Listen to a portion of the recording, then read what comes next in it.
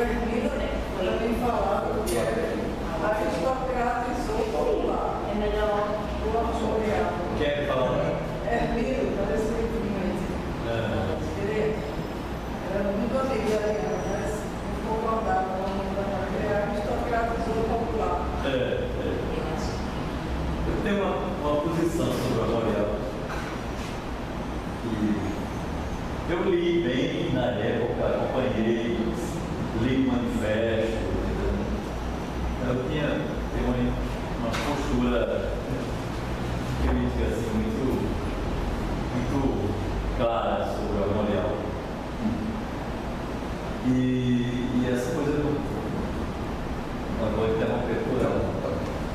Essa história do pai deu na memorial, porque você criou o movimento, criou a estrutura teórica e tal, e ao mesmo tempo ele fez as inclusões e as exclusões por dedução lógica, quer dizer, quem está incluído. Então ele vai e diz, na poesia, Janis Japiaçu, Ângelo Monteiro, José Mário Rodrigues, mas José Mário nem citava, que não era bem.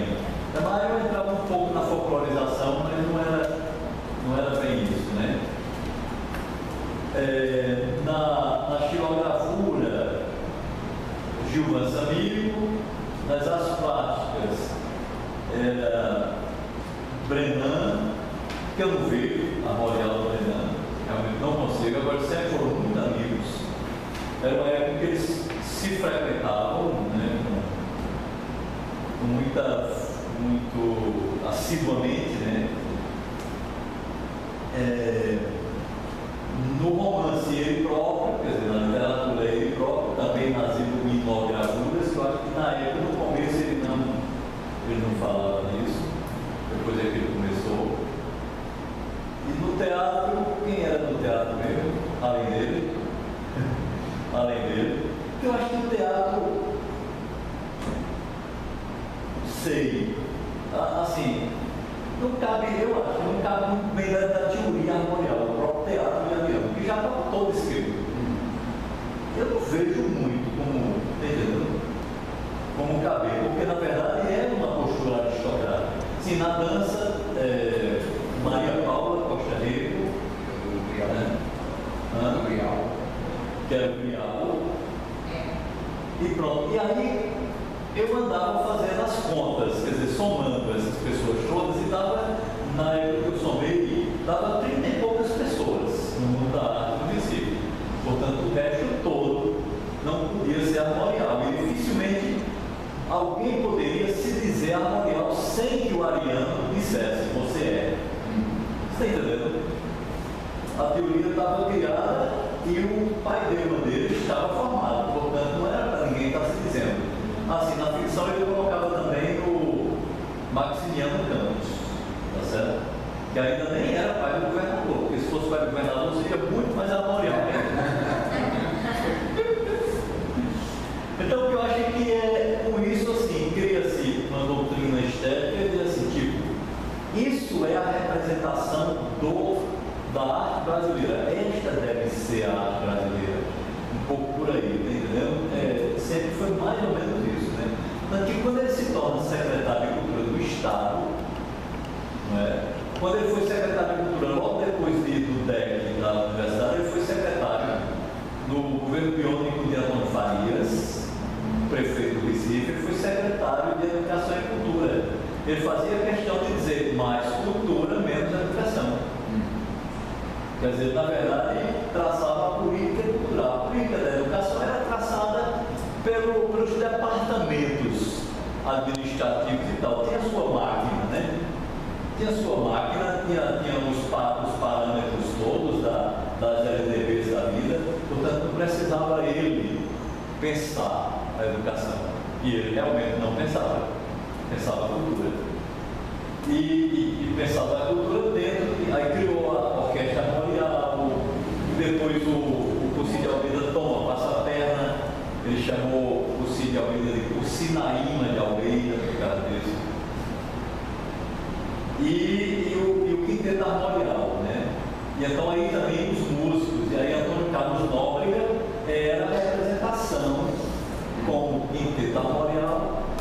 música no armorial, né? O próprio Antônio Carlos Nóbrega não, o Antônio José Madureira. O Nóbrega entra depois, assim, como uma consequência.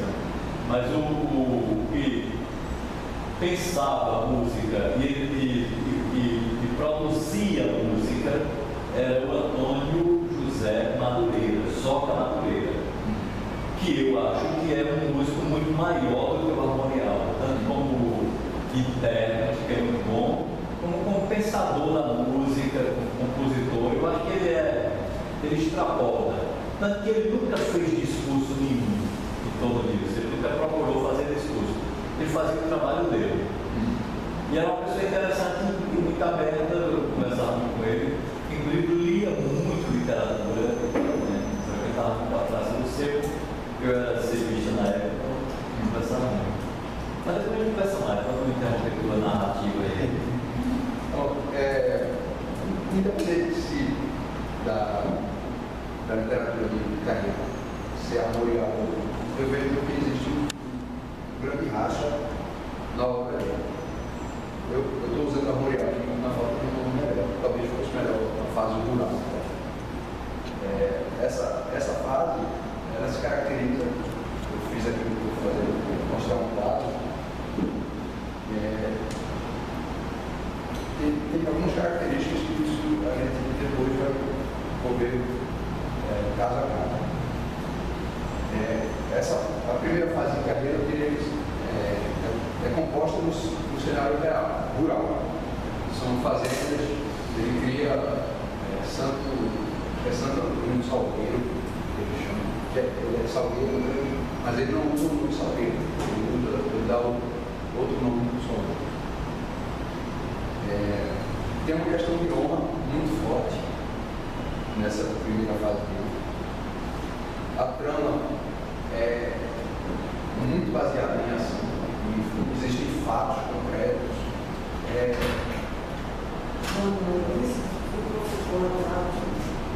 Os personagens são coerentes, eu diria que são sólidos.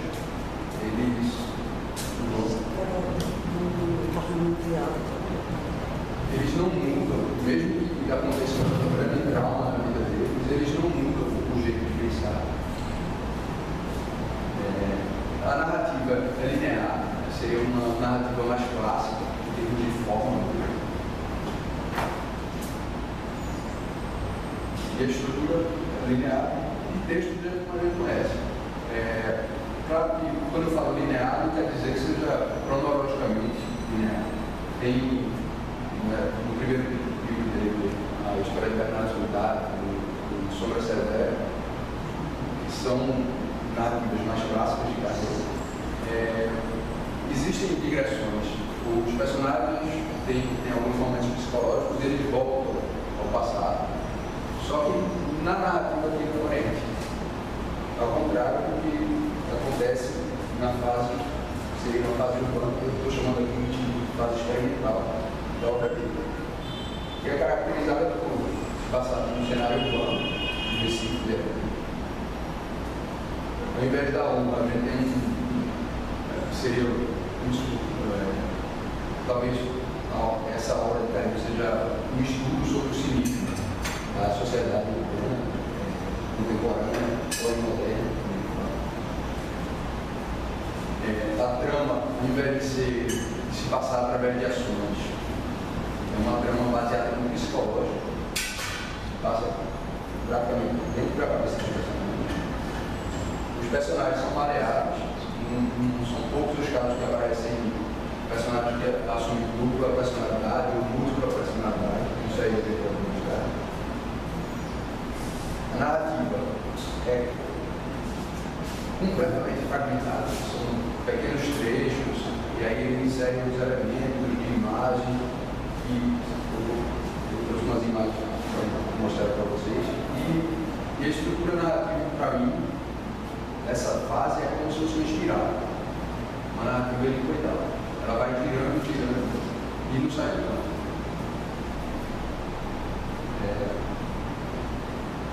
Eu trouxe dois exemplos, eu escaneei a página desse uma das páginas desse livro, que é Sinfonia para Vagabundos, que ele talvez seja um dos primeiros dessa parte que eu chamo de experimental. Ao invés de um texto corrido, você as páginas são todas cheias de fragmentos, de algumas citações. Então, você só folheando, você já sente um estranhamento naquilo ali, você sabe? Que diabo é isso? Você não percebe exatamente qual a regra para você ler. Porque quando você entra num livro, você logo nas primeiras páginas, o autor já coloca algumas regras para você ler e se localizar naquele universo. Esse aqui não, é uma mudança. Está mudando sempre. E essa é outra forma. E somos pedras de discussão, também chamei essa página.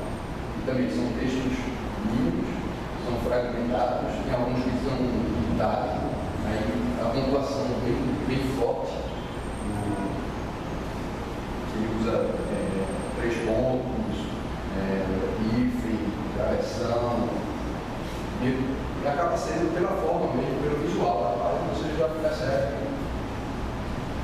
um estranhamento, você não se sente tão seguro quando vai ler.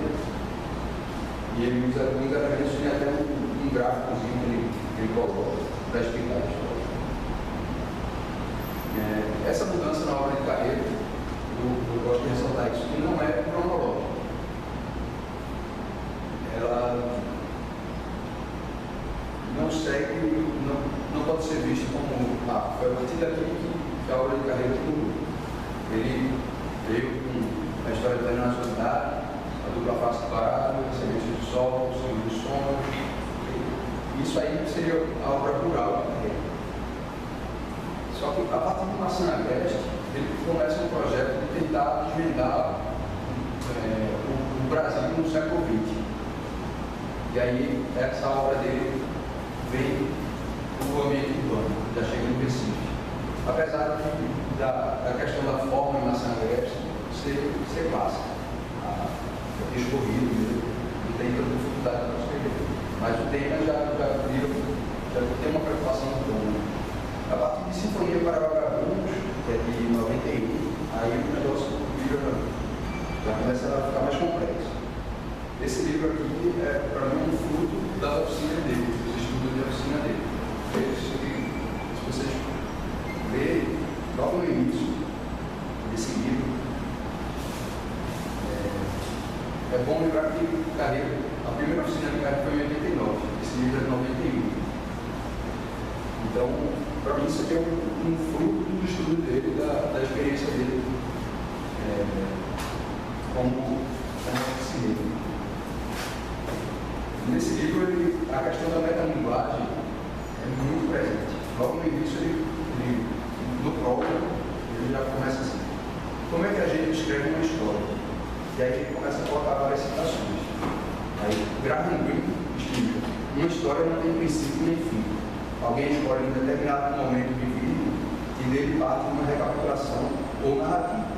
E aí não toca o seguinte: ele diz, ou seria melhor seguir Graciliano Ramos. Antes de iniciar esse livro, imaginei construí-lo pela divisão do trabalho. E aí vai. Aí depois ele coloca uma citação aqui pelo Calvino. Depois John Steinbeck. E aí, isso, em vários momentos, Carreiro começa a colocar dicas, que é uma referência para ele, né, de como se construir uma história. E no final dessas várias opções que ele coloca, aí ele comenta e diz: vou começar assim, eu gostaria muito de começar com o John Steinbeck, mas nesse momento eu vou ter que começar por Graham Greene. E aí ele começa a história. E aí, quando vai apresentar o personagem, ele pergunta: como é que eu construo um personagem? E aí ele pega várias citações também, falando como é que se constrói um personagem. Isso vai sobre diálogos, como é que termina um romance, como é que desenvolve um enredo. E aí ele vai, e nesses tópicozinhos, ele vai soltando a história. Mas sempre tem esse elemento metodológico. E somos pedras que se consomem, que é a última página do falando para vocês. Eu mostrei. Que também são esses fragmentos e tem elementos visuais, já tem um certo caldo. Em 99, Carreiro surge, volta, apesar da maioria dos contos dele. Esse aqui é o único livro de contos. Esses contos, a grande maioria se passa no ambiente urbano, mas é uma narrativa clássica. Você lê, é uma história que começa meio e fim, você lê muito bonito, sem precisar de grandes esforços.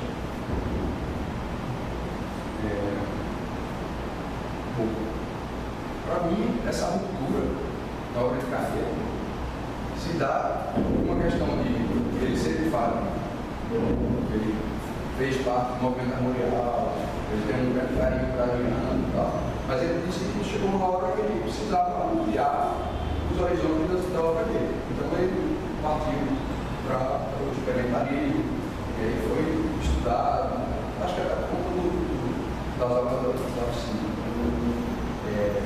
E ele, nesse período, ele também já estava trabalhando no Diário de Pernambuco. Ele era repórter oficial do Diário de Pernambuco. Começou a entender o Recife, enxergar o Recife com outros olhos. E aí, para mim, isso também, de certa forma, é uma influência. Isso ele diz nesse livro, que foi organizado por Marcelo Pereira, que é um jornalista artista, que é a fragmentação do humano, que é todo sobre Carreiro. Tem uma longa entrevista aqui. E Carreiro diz que essa experiência como jornalista ele entendeu o Recife melhor. E isso acabou levando o Recife para a obra dele. E, como eu já falei antes, o início da oficina literária. O Sinfonia Paraguai é um grande exemplo. Aqui eu peguei uma citação, uma entrevista que eu fiz com ele em 2009, na época do lançamento da minha aula em Deus. Ele falando porque ele começou a escrever, ele falando sobre a transição da obra do ambiente rural para o ambiente urbano. Então ele diz, isso motivado por Marcelo Creste, que viria a se consolidar como um projeto maior do Carreiro. Isso ele chama de tetralogia, que seria o quarteto clássico, o batismo esse conjunto de quatro livros. Maçã Agreste, somos pedras que se consomem, o amor não tem bons sentimentos e a minha alma é irmã de Deus. Então, esses quatro livros compõem um painel de um estudo de Carreiro sobre no que é que o Brasil está se transformando no fim do século XX e início do século XXI. E para ele, nessa pesquisa dele, ele considera que ele estava vendo uma decadência. Os principais seria a decadência da família, da religião e a violência. E aí, não é por acaso que a obra de Carreiro toda marcada por relações incestuosas, fratricídios, irmão bate irmão, tio tem uma relação com sobrinha, filho com tia, mãe e irmão, tudo sempre tem um incesto aí, algo muito estranho. E nessa obra do Quarteto Clássico ele cria uma igreja que seria soldados da pátria de Cristo. Isso são alguns pastores, acho que é de certa forma uma crítica Não, isso não está explícito, mas eu considero como se fosse uma crítica à religião evangélica, a igreja evangélica. Que isso vai se criando, mas ao mesmo tempo o Carreiro vai mostrando que a Brasil não tem profundidade e acaba falhando. É só mais uma forma de sobrevivência. Eu coloquei essa citação aqui, que é uma entrevista que eu fiz com ele. A minha ideia é fazer uma reflexão sobre o Brasil no fim do século XX e começo do século XXI. Quando eu fiz a pesquisa para Maçã Agreste, vi que o Brasil tinha se transformado num país muito violento, já nas décadas de 80 e 90. Aí resolvi escrever outro romance, que é Somos Pedras que se Consomem, que na verdade é uma descida aos infernos.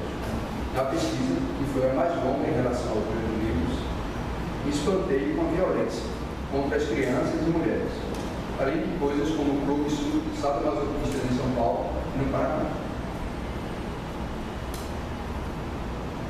Outro motivo que eu percebo, isso aí eu acompanhei, porque foi justamente na época que eu estava na oficina dele, é o prêmio Jabuti, que aí ganhou com As Sombrinhas do Inhas da Alma.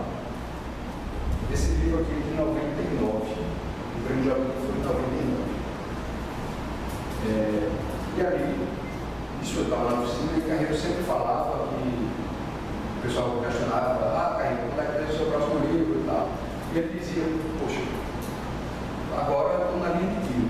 Então ele tinha uma preocupação muito grande, porque ele sabia que estava na visibilidade da mídia nacional, ter ganho o prêmio, e que o próximo livro dele ia ter um peso, ia ter uma visibilidade, e ali ele poderia ganhar mais espaço e se consolidar mesmo. Até hoje, mesmo com 19 livros, ele não vive de literatura. Trabalha como jornalista, durante muito tempo na assessoria de imprensa, estava agora na sede. Ele é aposentado já, talvez com jornalista. Acho que hoje em dia, até falando do talvez sim. Mas ele quer dar aula, assim. Mas antes não? Antes já não era. Carreira de 47, 67 anos. Eu sei que nessa época da oficina ele era assessor da prefeitura.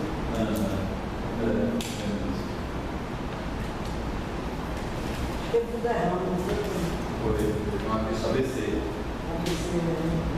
E aí no meio musical existe uma teoria que você só conhece uma banda, ou cantor, realmente, depois de um grande sucesso dele.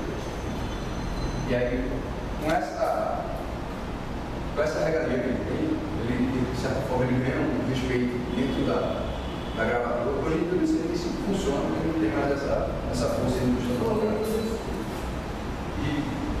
E a partir de um grande disco, depois de um grande disco, você realmente conhece essa banda.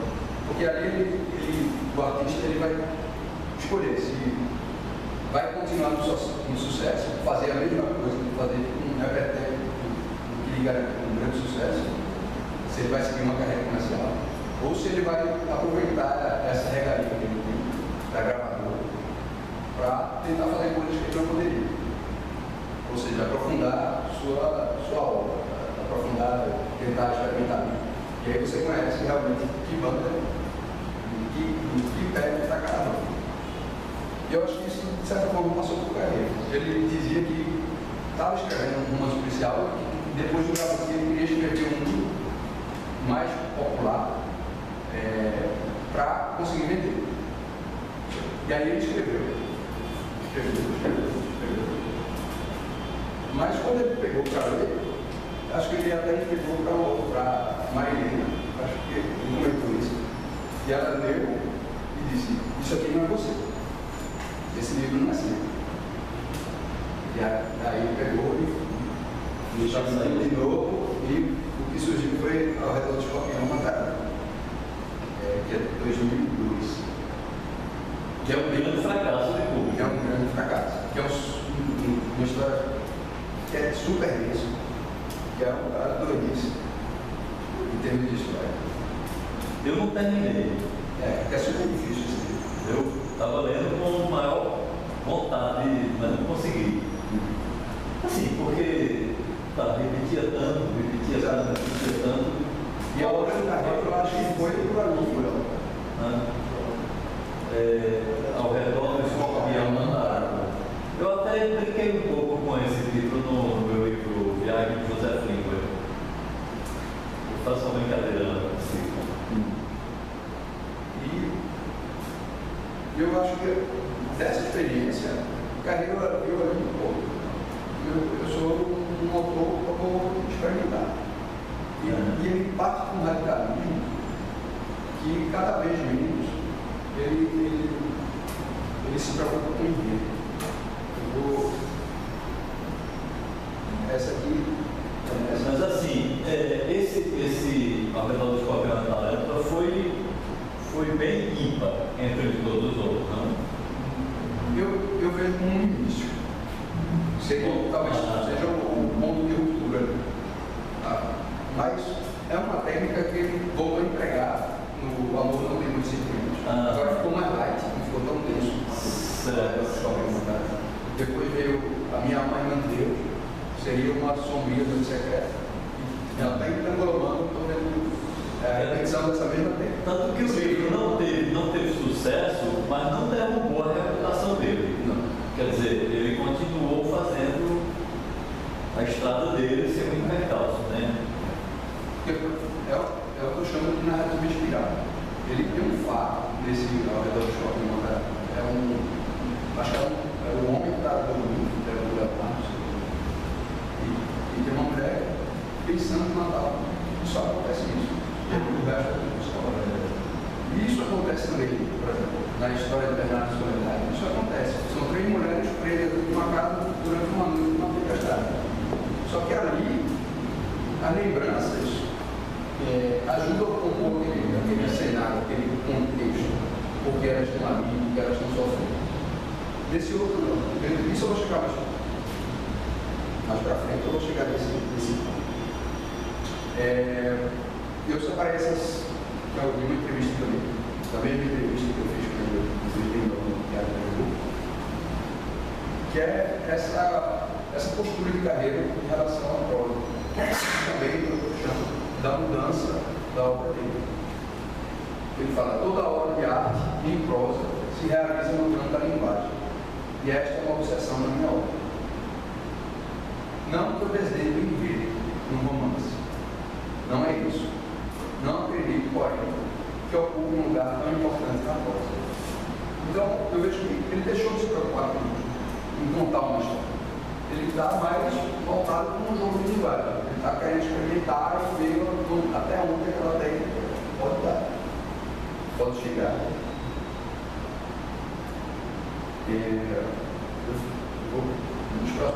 Nesse slide no próximo, eu vou fazer uma divisão do que seria, que eu chamo da obra armorial, da obra experimental. E em termos de estrutura, esse gráfico aí, que seria mais ou menos um tempo e informação. Informação que eu vejo é a informação que o leitor tem sobre aquela história que está se passando. E tempo não em tempo cronológico, mas tempo de leitura, à medida que você vai passando as páginas. Nas obras rurais, armoriais de carreira, isso aí é sempre muito presente. Quanto mais páginas você lê, você mais entende a história. Apesar das intercalações de presente e passado, que vem nas ligações, na lembrança dos personagens, ele abre uns parênteses para falar do passado. Mas aí nessa parte, você entende mais o personagem. Essas lembranças, essa memória, ajuda você a construir aquele cenário, ajuda a você entender melhor aquele personagem. Existe uma evolução do enredo, as coisas acontecem, existem fatos, muda, são pontos de mudança dele, que mudam o enredo. E são ações, os personagens fazem uma coisa. Na narrativa inspirada, o Nicolau, ele fica girando sobre o mesmo eixo. E não sai gritando. São pouquíssimas cenas de ação. E a história se passa toda no plano psicológico. Os personagens ficam se remoendo, inventando novas versões do mesmo fato. E não sabem muito disso. O Carreiro chama isso de cubismo literário. Nessa entrevista que ele dá para Marcelo Pereira, a fragmentação do humano, ele chama isso de cubismo literário. Eu coloquei essa imagem de Picasso para explicar um pouco sobre o que seria esse cubismo literário. Picasso coloca um imagina que seria bidimensional, seria a altura e a largura. Isso é Picasso, né? E nessa imagem bidimensional ele quer dar várias, como se fossem várias perspectivas. Então você vê, se a moça está de perfil aqui, você não deveria ver o outro olho dela. Só que aí ele coloca aqui. É como se fosse vários tempos, como se estivesse girando ao redor da moça e ele coloca isso em uma perspectiva bidimensional. Então, Carreiro cita também Joyce, quando ele fala do livro literário, do Ulisses, que são vários tempos ocorrendo no mesmo momento. Aqui eu estou preocupado em prender a atenção de vocês. Vinícius deve estar preocupado com videogame. Sei lá, Pedro está pensando na Semana Santa. Então, aqui a gente está compartilhando no mesmo momento e tem várias ideias correndo de tempos diferentes. Você pode estar pensando num momento do passado. Imagina isso, Tiago, tá lembrando aí que você falou essas diferenças de ópera, de ponto de vista e tal, perspectiva, né? Imagina o Carreiro avançando dentro de uma oficina literária, com dezenas de pessoas, todas imaginando os seus enredos, as suas pegadas e tal, a partir da discussão, das sugestões. E o Carreiro pensando sobre todas essas coisas. Realmente dá um parafuso legal, né? Acho que Isso é o cubismo literário dele. A oficina dele, eu acho que é um força ele estudar. E aí a partir disso ele vai tentando, experimentando. Ele está preocupado com a técnica. Eu vejo ele hoje mais preocupado com a técnica do que com a história. E aí a explicação de Carreiro é sobre o quarteto, que é essa técnica do literário. O quarteto clássico, a tetralogia, é basicamente a mesma história se modificando, se transformando. Uma só coisa que gira o tempo todo sem sair do lugar. Então são várias versões que ele cria no mesmo fato e você não tem uma substância. É muito difícil você pegar um livro como O Amor no Tango Instrumentos e dizer, esse livro é sobre tal coisa. Ou A Minha Alma é Irmã de Deus. Você pegar essa história, começa assim e termina assim. É difícil, você não sabe exatamente o que é que está se passando.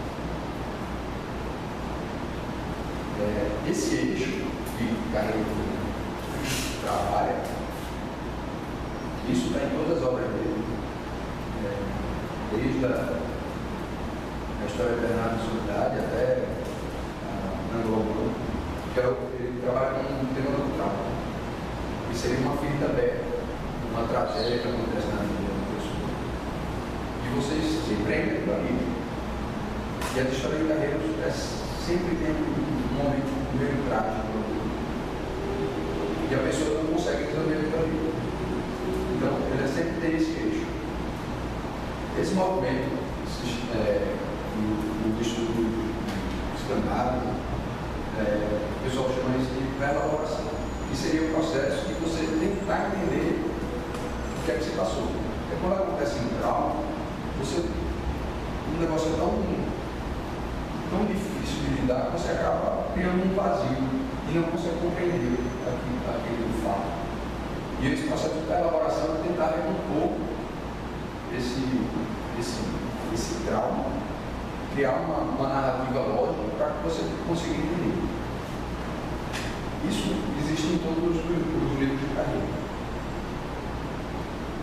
Eu separei essa citaçãozinha do professor Márcio Celino Silva, que ele estuda essa questão do trauma, da memória. Os estudos deles é mais baseado na tragédia da Auschwitz, no sobrevivência dela.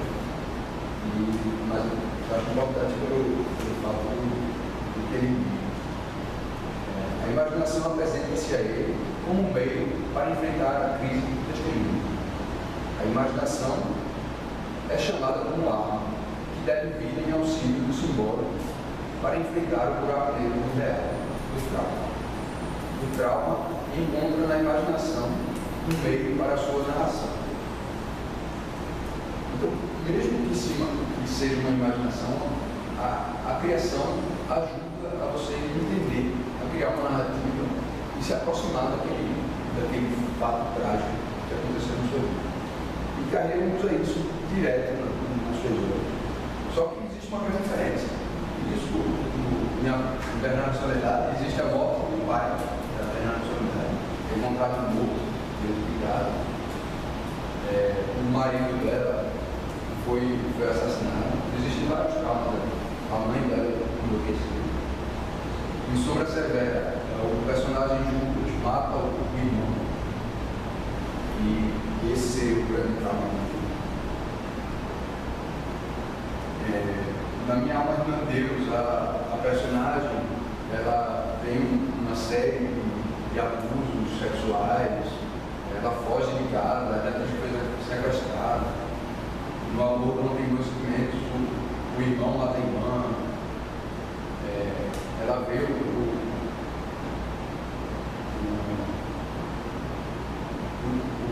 a mãe dele ter relação com a irmã, com o tio. Então, isso são traumas na vida de pessoas. Só que o recurso psicológico tem uma grande diferença nessas duas fases da carreira. Eu, pelo menos, consigo enxergar isso. Esses traumas, na fase rural, eu peguei o exemplo de Sombra Severa e a Deus. Em Sombra Severa, ela vem como um arrependimento. O Judas matou o irmão Abel. Só que ele começa a se arrepender daquilo ali. Ele tem uma honra. Ele sabe que fez a coisa errada. E a Minha Alma Irmã Deus, não. Aquele trauma da personagem Camilo vive quase como um deboche. O amor não tem dois sentimentos. O personagem Mateus, ele ri porque matou o irmão. Chega uma hora que ele ri. O recurso psicológico em Sombra Severa, ele vem como um fator de contextualização. Ele ajuda a recriar aquele momento. Então, ajuda nesse processo de elaboração, ele começa a se perguntar, por que será que eu matei a Abel? Foi porque ele trouxe a namorada dele para morar com a gente, por causa de Dina. Eu tinha inveja de Dina, eu queria ter uma relação com Dina. Aí ele começa a pensar, aí começa a trazer vários momentos da vida de Judas e sempre contando uma certa inveja que o Judas tinha de Abel, que é a recriação do mito de Abel e Caim, que é a recriação do mito bíblico, essa história de Sombra Severa. Então ele vai compondo o personagem e vê que é uma história antiga. A raiva de Judas é antiga em relação a Abel. Tem a história de um carneiro. E aí Judas vê, poxa, eu sempre quis um carneiro e nunca tive. E aí Abel ganha. O pai tinha um carinho maior por Abel do que com Judas. E aí isso vai criando até chegar no momento que ele explode e acaba matando Abel. E aquilo ali você entende melhor qual foi a reação de Judas, por que ele fez cometer uma tragédia. Na Minha Alma Irmã Deus, no Amor Não Tem Dois Sentimentos, essa lembrança não existe. Aliás, existe como fator de confundir, de causar confusão, de deturpar a verdade. Ele cria várias versões do mesmo fato. Você como leitor no final das contas, você não sabe exatamente se Mateus matou o Bíblia ou não. Você não sabe se Camila fugiu da casa dos pais ou se de fato foi sequestrada. Ela cria várias. São tantas versões ali sobre o mesmo fato, você não sabe se aquilo é verdade, se é mentira. Você fica solto para reagir.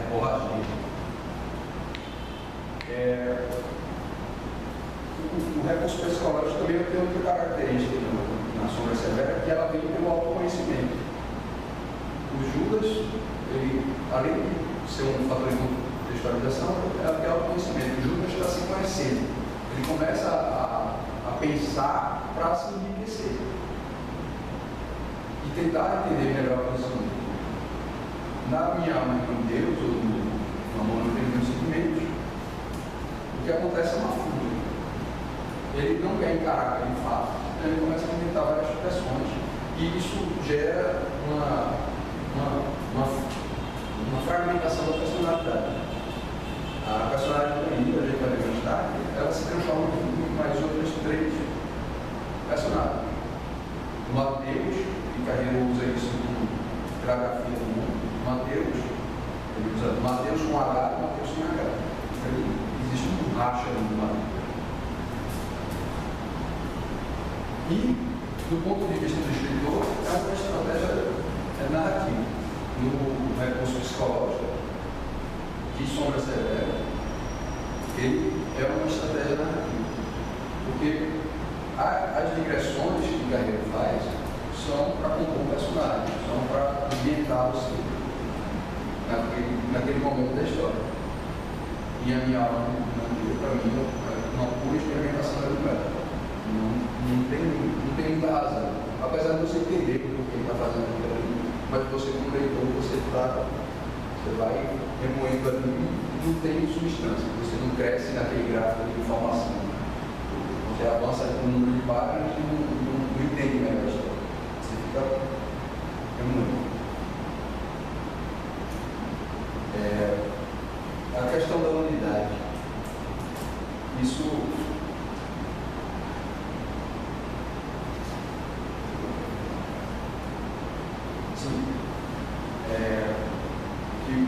com relação à fragmentação dos personagens da unidade. Na história da nacionalidade e da sombra severa, a Bernarda Soledade, apesar de todas essas tragédias, ela continua sendo ela não muda em nenhum momento. Ela tinha o sonho de ter um mundo de Buxananã, e aí ela tem uma invasão de terras, ela promove uma invasão de terras. É uma família que só tinha mulheres, e ela meio que assumiu o papel de homem da família. Já que o pai só gostava de passarinho, não tinha esse poder. E ela meio que assumiu essa posição de homem e guerreiro. E aí começou a invadir as fazendas ao redor e proibir a caça de cavalo selvagem. Isso criava uma disputa naquele povoado. Isso a gente vai vendo de acordo com as digressões. Porque na história são 3 mulheres apenas trancadas na mesma casa e com a chuva, e elas estão preocupadas em rezar, em acender a vela naquele momento. Só que nas digressões que Carreiro fala, que ele volta ao passado, aí ele vai compondo essa história. Por que elas estão aqui naquele momento? Por que o pai não está aqui? Por que elas estão rezando? Por que elas estão fazendo um crochê? E ele vai compondo a partir desse, ele vai desfiando, como se ele fosse desfiando até chegar no início da história. E aí a gente descobre essa história da disputa de terras, a morte do pai, a presença de Henrique, que seria o Henrique, e a rivalidade da irmã. Você vê que existe uma rixa entre Bernarda Soledade e a irmã mais nova dela. Em Sombra Severa também, a gente entende o porquê de Tina ter fugido com Abel. A gente entende a inveja de Judas em relação a Abel e entende, a gente conhece o assassinato de Carreiro, do Carneiro. E aí, já na fase de experimental de Carreiro, existe uma fragmentação. Os personagens deixam de ser sólidos para ter essa fuga. A gente vê que existe uma ruptura interna delas para elas se transformarem em pessoas. Isso é uma recorrência. Aparece no Nação Agreste, eu separei alguns trechos da obra. No Nação Agreste ele fala: nunca pensaram antes, com tanta insistência, no próprio nome. Ele está falando da personagem Sofia, que parece um recurso metalinguístico do autor, para ele explicar o porquê ele batizou a personagem. Mas da maneira que ele coloca, é uma tentativa da personagem se entender também, mas criar uma nova personalidade para ela. Agora, no entanto, inquietava-se. Procurava desvendar o mistério do seu nome, um título que ela mesma não escolheu, e que cada vez que o pronunciava era como se outra pessoa estivesse no seu lugar. Estava para sempre condenada a viver assim, desencontrada, confundido, que carregava no íntimo com o que se desenvolvia por fora, incapaz de compreender a existência, já que existir para ela era passar os dias, feito alguém que atravessa uma ponte. Isso a gente vai ver também, são as pedras que se consomem. A personagem viva, ela começa a se fantasiar de cigano, que adota o nome de Madame Elite, que seria uma forma dela ganhar dinheiro mais fácil, na praça Imperial, na avenida. Já no final, ela já começa a se preocupar, porque o Madame Elite está assumindo a personalidade dela. E aí, só para esse trecho, para ilustrar isso, queria não ter memória, nunca houve Biba. Biba não existia. Madame Belisk, sim, apenas ela. Nunca deveria ter largado a casa no beco da facada, para se tornar segura. Então, um trechinho para ilustrar essa confusão mental que existe. E que, no amor não tem meus sentimentos, isso chega a ser mais forte. Vem pela grafia do nome. Existe até um questionamento com relação a essa grafia, se isso foi intencional, de carreira ou não. Acho que o Pedro conhece Priscila Barbosa, que ela foi aluna de carreira, eu estava aí a alunar, as oficinas, e ela fazia a revisão dos livros de carreira. E aí Priscila, logo no dia do lançamento do livro, a gente se encontrou lá no lançamento e tal. E ela falou que realmente isso não tinha passado por ela. Ela não tinha percebido essa mudança nessa grafia. Então, para ela, não era intencional. Mas você lendo, aí você começa a encontrar algumas coisas que, poxa, isso aí tem de certa forma um sentido. Eu separei dois momentos aqui, dois trechos, que Mateus carrega um noivo nas costas. Seria o Mateus louco e o Mateus mais com o pé no chão. Ou então, meu temperamento não gosta de mim. O que é que eu vou fazer? Gostar já não digo, diverte. Meu temperamento diverte de mim mesmo, assim como o meu corpo. Desconfio que até mesmo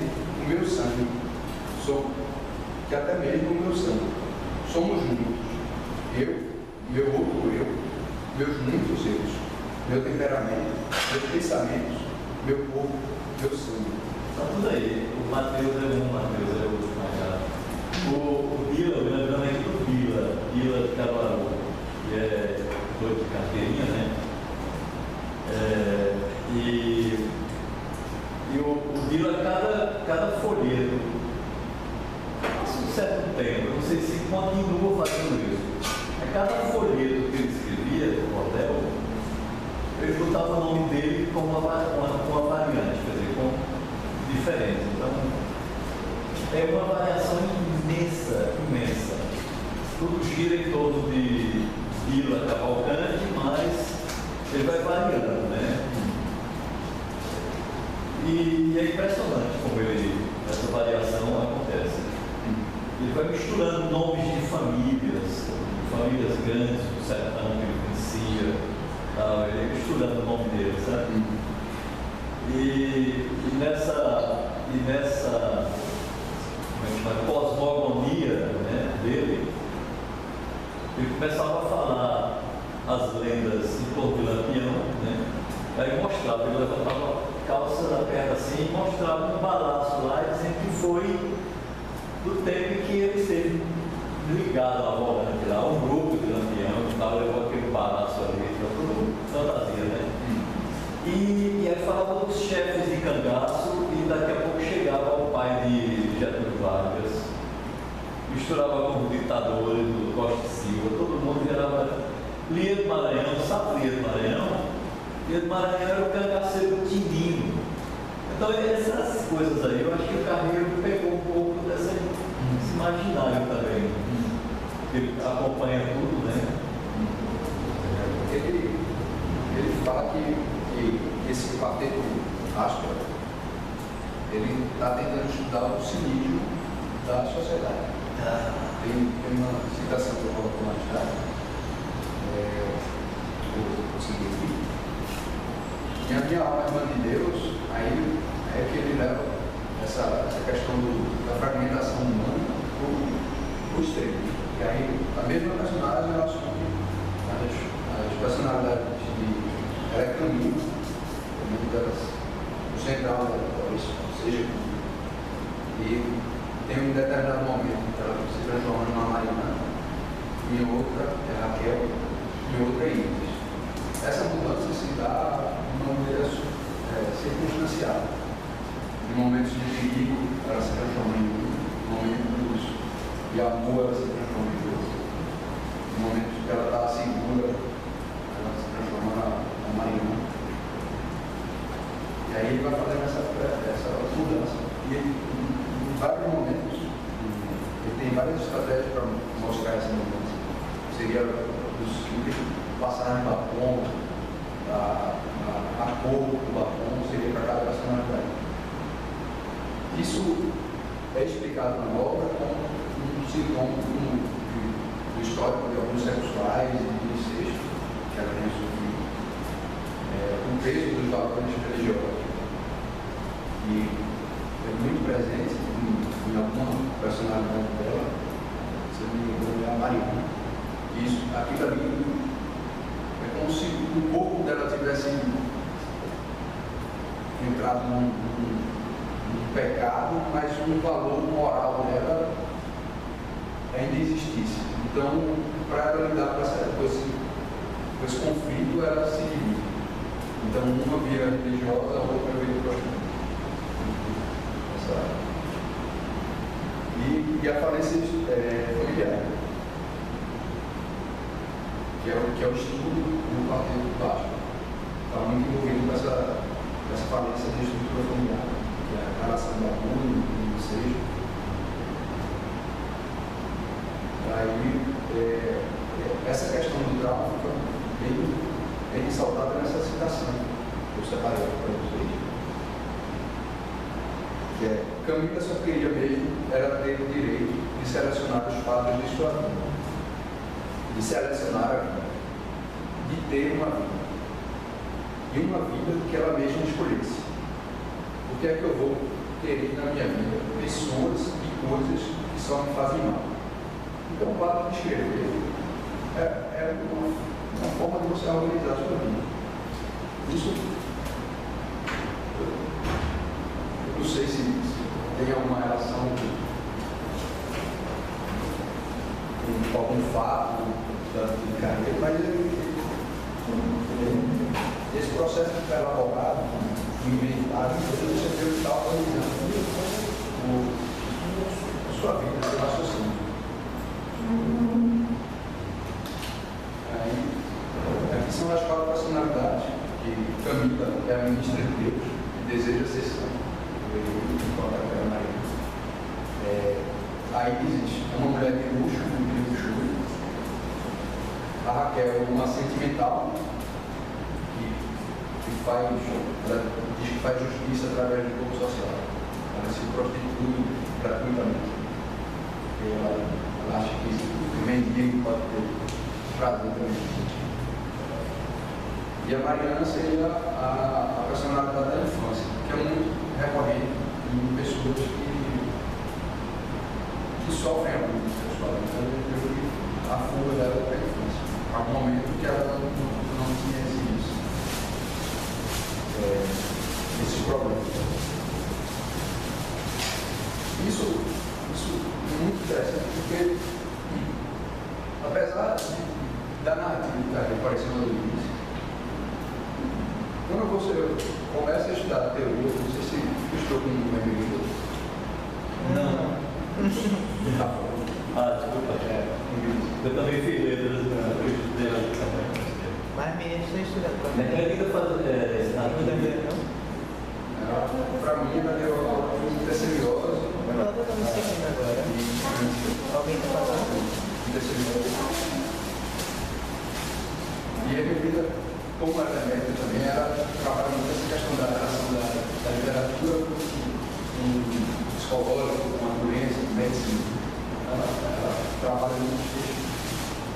Então ela me passou alguns teorias, alguns textos para ela. E é impressionante como, de certa forma, esse livro de Carreiro acaba sendo coerente em relação à teoria.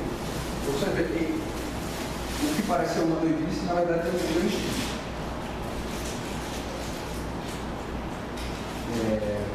A personalidade de Mariana, que é sobre a infância, isso é muito recorrente. Tem um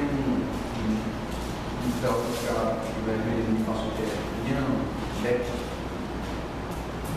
Os dois pastores,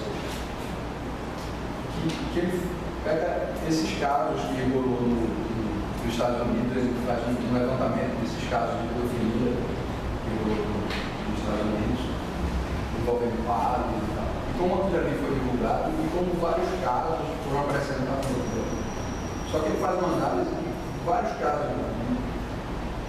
que na verdade não aconteceram, os outros que surgiram. Não aconteceu. Aquilo ali entrou no imaginário e as pessoas começaram a criar. E nos casos de abuso sexual sempre existiu uma das personalidades da fragmentação da pessoa, sempre existiu uma personalidade infantil. A reação infantil é um momento de segurança. Você é aquele momento ali e você era feliz.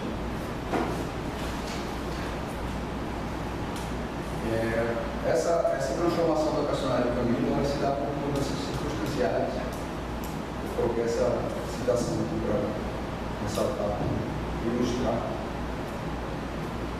Quando estava capaz de sentir medo, mudava de ser. Não só de ser, mas de nome também.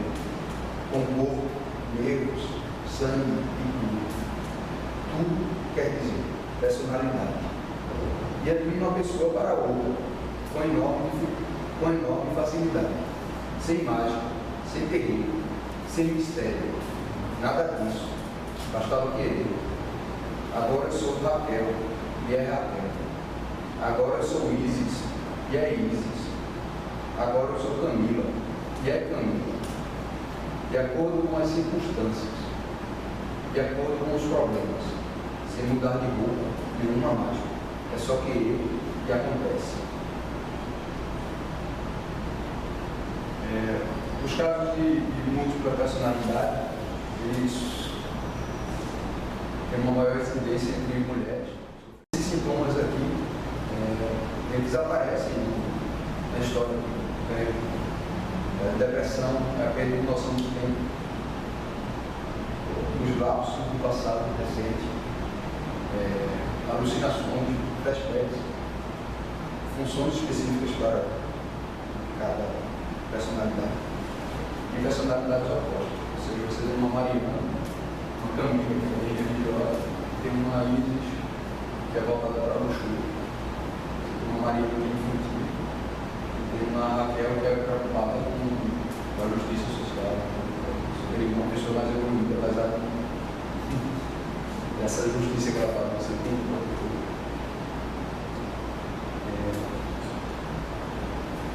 aí está a explicação de Carreiro, o que é que ele está querendo investigar. Entendo que o principal elemento da pós-modernidade é o cinismo. Nunca vi tanto cinismo na minha vida. Por isso faço Camila ser também Raquel e Isis e Maria. Ela muda de caráter a cada momento. Veja bem, entre outras coisas, ela muda de batom de acordo com a luz. Um tipo de batom para o quarto, outro para o corredor, outro ainda para a sala de refeição. É um camaleão, porque considero que vivemos cercados de camaleões. Isso é uma explicação que justifica até a própria obra dele, o próprio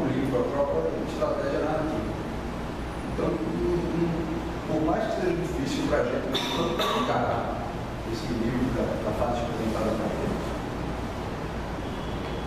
é coerente com o projeto dele. O problema que eu acho é tentar equilibrar, porque ninguém é obrigado a ler.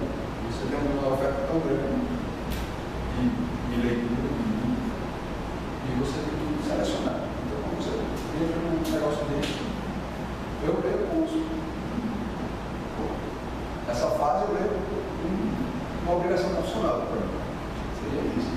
Mas é complicado, é uma fase difícil. Mas é um autor maravilhoso. Você começa a estudar e vai escrever, vai desenvolver um raciocínio superior. Você vai encontrando as pistas, você vai juntando.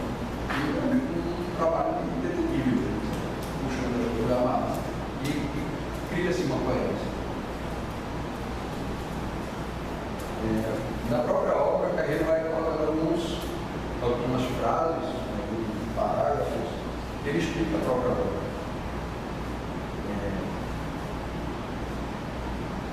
Nessa citação: bela, estranha e espantosa cidade do Recife, habitada por banqueiros e pedintes, bêbados e loucos, homens de pastas nas mãos, meninos e meninas prostituídas.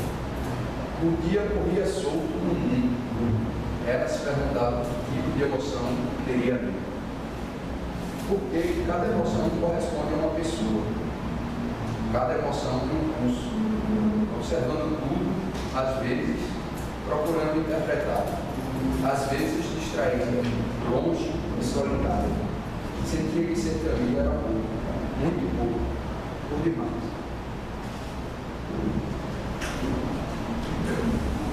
Eu acho que a obra de Carneiro, essa divisão, seria uma própria reflexão sobre o espaço. Hoje em dia não tem, mas o mundo rural era mais simples, era mais fácil de você mudar, era mais retilíneo. Na cidade já tem um carro, já tem cruzamentos. E a obra de Carneiro, na própria forma, ela serve como uma metáfora desse caos urbano. É uma reflexão sobre o espaço. Em outro momento, Carreiro fala: como uma pessoa pode mudar de cor a cada instante, a cada segundo, assim ela também mudava de nome, mudava de ser, mudava de personalidade.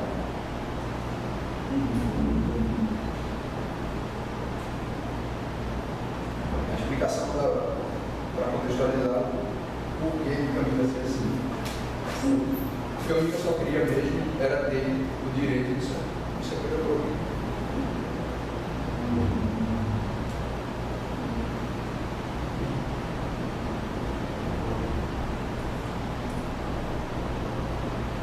Para ilustrar a mudança de conveniência. Queria ser Mariana ou Isis? Qual das duas me servia melhor nesse instante? Sinceramente, não é que fossem duas pessoas. Não tinha esse poder, nem queria. Chamava para si e sempre de acordo com as conveniências, a experiência de Isis.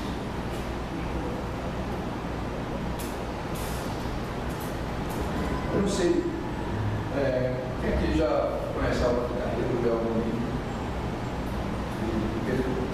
O meu conhecimento é bem parcial. Conheço, o vídeo conheço mais Carneiro do que a obra dele. Eu também. Eu também sou suspeita que se consomem. Eu fiquei consumida ali, né? Acho que ele foi o pior do ser humano. Tem uma cena lá que é uma criança sendo rodada no espelho, sendo queimada, né? Eu gosto. É disso. Acho que ele capta a Denise que pegava a ideia das partes especiais. Ele trabalhava. Ele diz que ele é um criador da perna cabeluda. Como é que é? Ele diz que ele foi o criador da perna cabeluda. Ele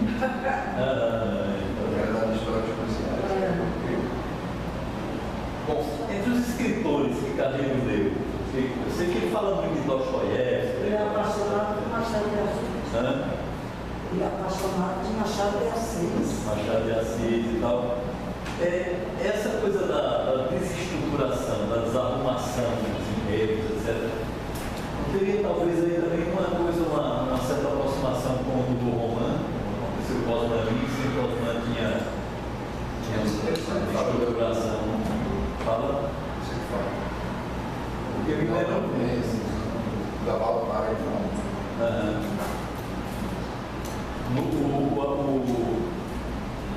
o menino, como é que chama, que falou aqui sobre o Osman?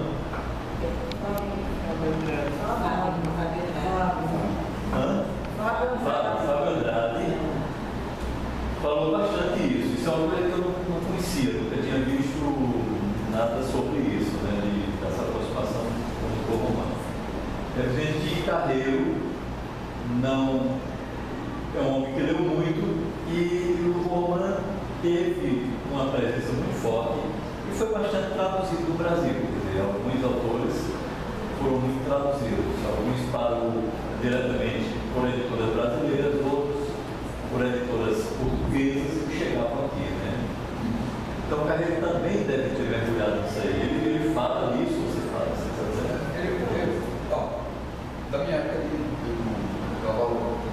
de oficina, ele falava muito da Valpara e da Valpara. Então ele fala de Osman. Certo.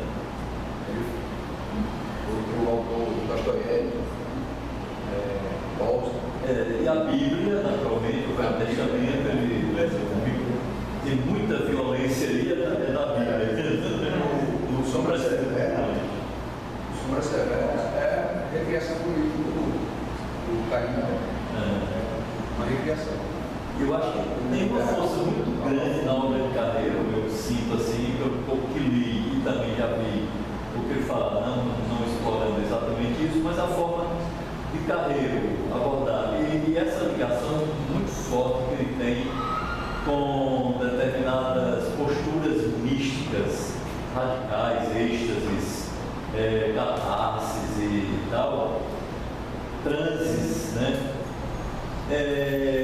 Eu acho que isso tem muito do imaginário da ancestralidade e tal. Possivelmente o Carreiro e essa região ali toda pegou muita gente da Espanha, da Galícia e tal. E pessoas que vinham de regiões do norte, né, de Portugal das Astúrias ou da Galícia e tal, e gente que tinha uma relação com como é que chama assim, uns comportamentos muito fortes relacionados com relações místicas, entendeu? Muito fortes.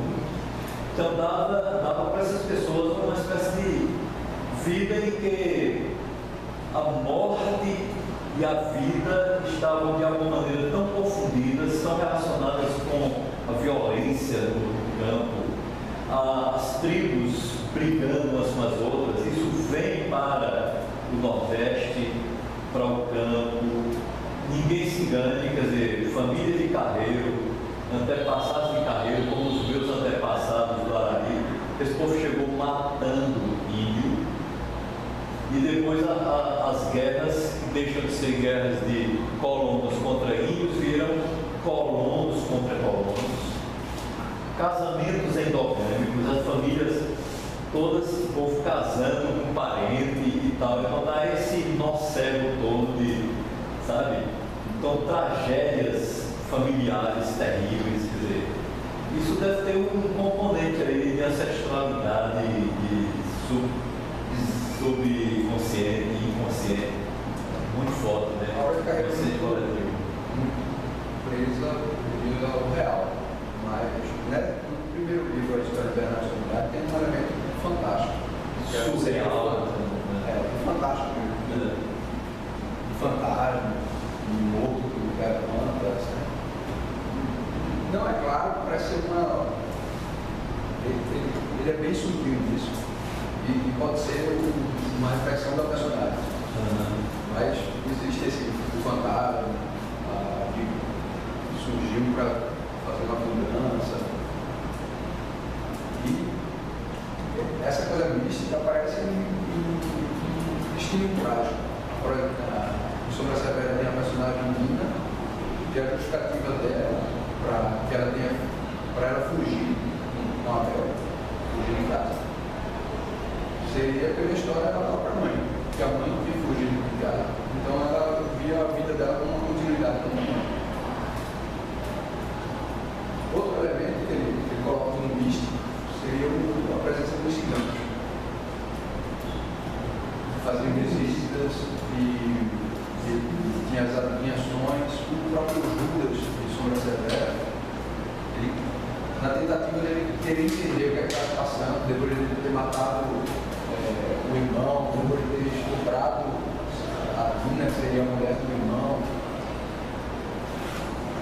ele começa a fazer um jogo de adivinhação. Então ele vai jogar canastra num barzinho e ele fica pensando em 3 de copas, ele está falando de mim, Abel, o triângulo amoroso entre mim, Abel, a Medina, o coração, não sei o que. Ele faz um jogo de adivinhação e ele se esquece do jogo, acaba perdendo o jogo.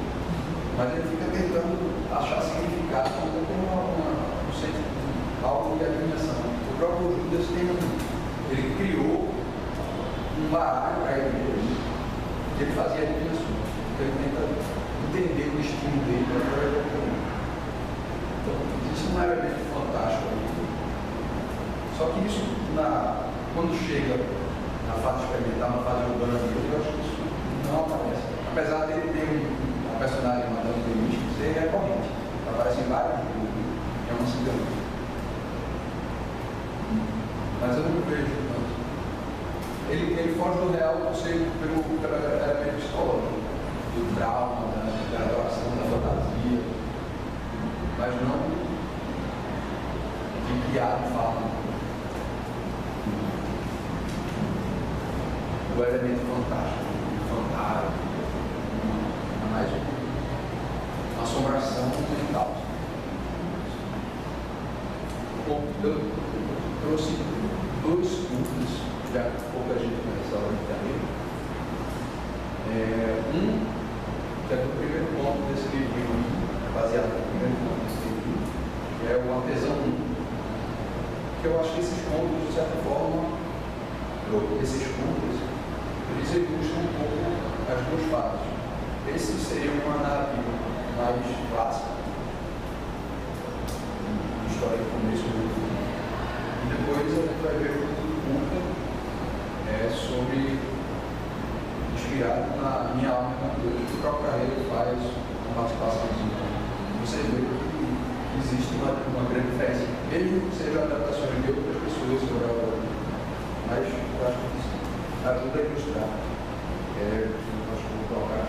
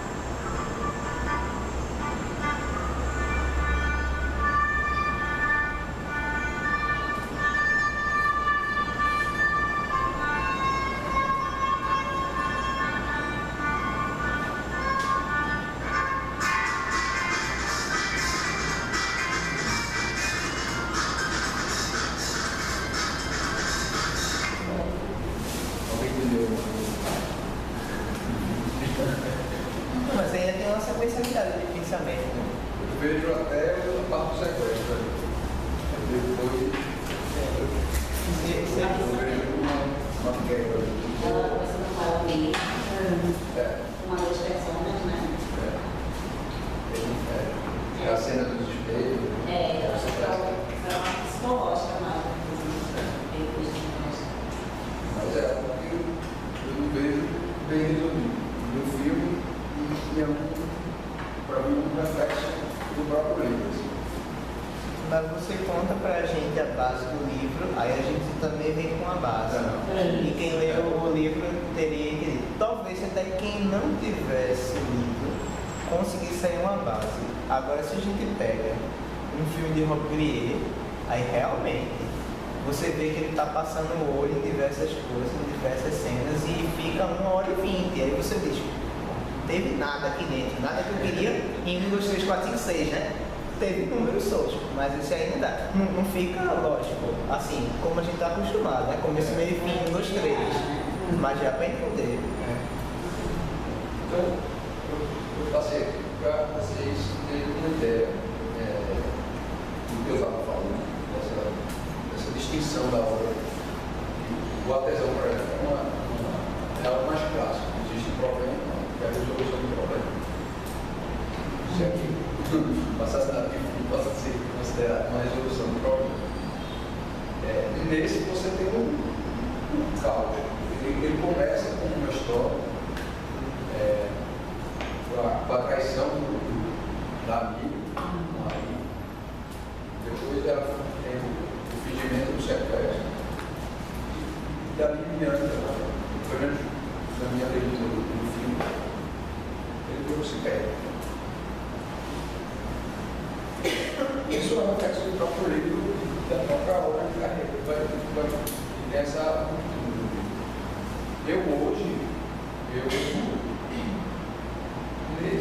Na minha alma irlandesa, eu ainda consigo ver alguns elementos, consigo apreciar certas passagens. O termo de enredo e narrativa, da maneira como o Carreiro constrói, e pelo fato de eu estudar, eu fui entendendo melhor que ele está tentando trazer um elemento psicológico.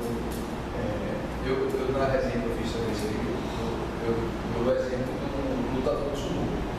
Então, aquela gordura que ele, o lutador do sumô, ele adquire para ganhar, para ter mais peso, ter mais força, aquilo ali é importante para ele. E essa gordura que eu vejo em alma de Deus, eu acho que é importante para ele passar o sentimento pela forma. Ele passa a experiência dos personagens pela forma. E essa gordura, eu acho que eu aceito essa gordura por causa disso. Só que para mim, essa forma dele, que Carreiro começou a trabalhar desde a redor de qualquer um, isso está desgastado. E está roubando, na minha visão, eu acho que isso mais prejudica do que contribui para nada. Eu tenho uma personagem maravilhosa que é a Tia Guilhermina, tem algumas cenas ótimas, só que fica nessa coisa psicológica algo que acaba enfraquecendo o que ele tem de bom. Então eu não sei até que ponto ele consegue esticar mais essa técnica, essa estratégia. Ele, um Tangolomano, ele disse que vai fazer parte de uma nova tetralogia. Eu livro daí, não sei como é que ele vai resolver isso. Tangolomano tem um ano e pouco, Foi lançado no passado. Mas ele é uma produção recente, bem recente, digamos, bem imediatamente recente. Eu acho que ele tinha começado a escrever um pouco antes do adolescente. Aliás, eu acho que ele tinha terminado antes do adolescente. Já tinha terminado.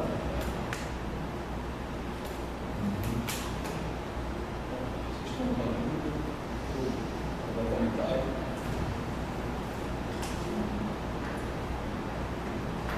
Valeu a pena.